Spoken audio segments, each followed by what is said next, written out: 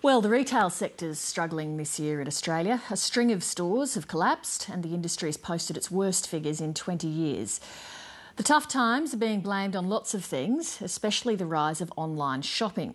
The high Australian dollar means you can find lots of bargains on American websites as long as they deliver here. Shoppers are also increasingly turning to second-hand goods, both on the internet and in op shops. Lisa Whitehead reports. Dad, guy's selling a pair of jousting sticks. Jousting sticks? What's he want from? Trawling through ads in the Trading Post or combing through garage sales for a bargain has long been part of the national psyche. Tell him he's dreaming. Shoppers are still hunting out hidden treasure, but the way we search has changed forever.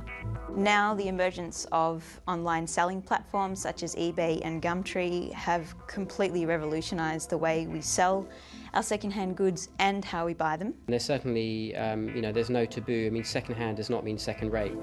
Classifieds website Gumtree estimates those sales in Australia are worth $13 billion a year and growing. Currently we have 1.5 million unique visitors to the site every month, and that has grown about 115% year on year. So since last July we've effectively doubled in size. The Selvo stores in Queensland and New South Wales are selling donated goods online and soon will be joined by their stores in the other states. In the next few months we will launch a Selvo Stores online site and people will be able to buy perhaps the more better quality items that we have from our eBay, and also maybe even furniture where they could choose something online and go into a store and actually pick it up. Whatever name it goes by, vintage, pre-loved or recycled, shoppers are also enjoying a fashionable affair with second-hand clothing. This is gorgeous. This is from Queen. This young mother's group loves what's called swishing, or swapping clothes and buying second-hand. Last year, Melbourne woman Emma Griffin, her husband and 2 young children embarked on a quest to buy nothing new for a year. I think it started from wanting to go to a wedding and having nothing and refusing to spend $400 on something new that you were possibly only going to wear once or twice. So we had this idea of throwing our wardrobes open and having a community wardrobe. Do you like it? A year of buying nothing new took a fair bit of discipline, but gave this family's bank balance a boost. So in total, I'm thinking we saved about 10 grand. A coalition of charities, second-hand retailers and website traders are now throwing out a less daunting challenge to consumers to buy nothing new for the month of October. I guess traditional retailers wouldn't thank you for that. No. When they're going through such a tough time. That's right. They've had a really tough year. But make no mistake, so have we and other charities, as I understand it. We as Selvo Stores are starting to come out of that now.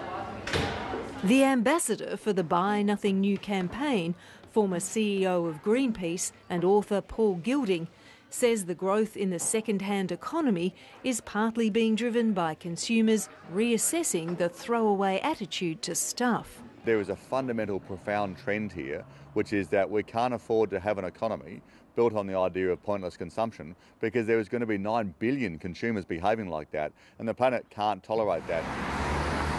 While sales of second-hand goods online and in-store are still a small fraction of the $240 billion retail industry, the change in consumer attitudes is becoming more visible.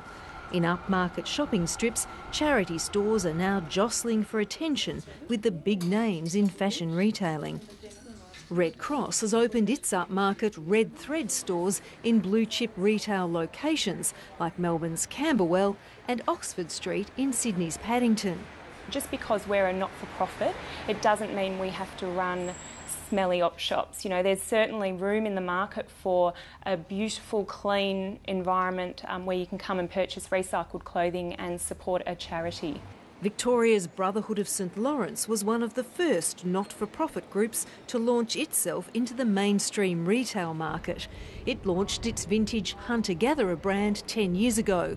We're hoping to draw a different customer base in a different market, particularly at the younger, I suppose, funkier end of the market, and We often find that younger people have a real environmental awareness in terms of what they're buying.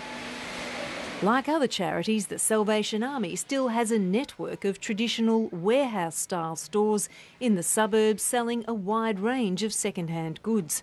But in the past 5 years, it's opened smaller, high-end boutique stores selling the cream of their donated clothing. And how are you today? Oh, well, thanks. In terms of dollars, it's grown about $20 million in sales, and we've opened 40 new stores in that period of time.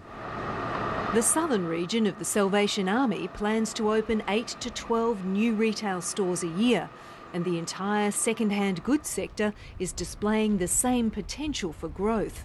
That industry is valued at $2.7 billion, and IBISWorld expects this to grow approximately 15% over the next 5 years. For the charities, the expansion is built on the back of thousands of volunteers, keeping costs down and profits up, which are then ploughed back into their welfare programs. So should the big players in the retail game be worried? I'd love to think we could challenge Myer or David Jones. I don't think Bernie Brooks would be very happy hearing me say that, and reality is no. Reality is we've got around Australia over 300 stores, which sounds a lot, but in terms of turnover, we turn over so much less than the major retailers. I don't think they would ever feel threatened by us.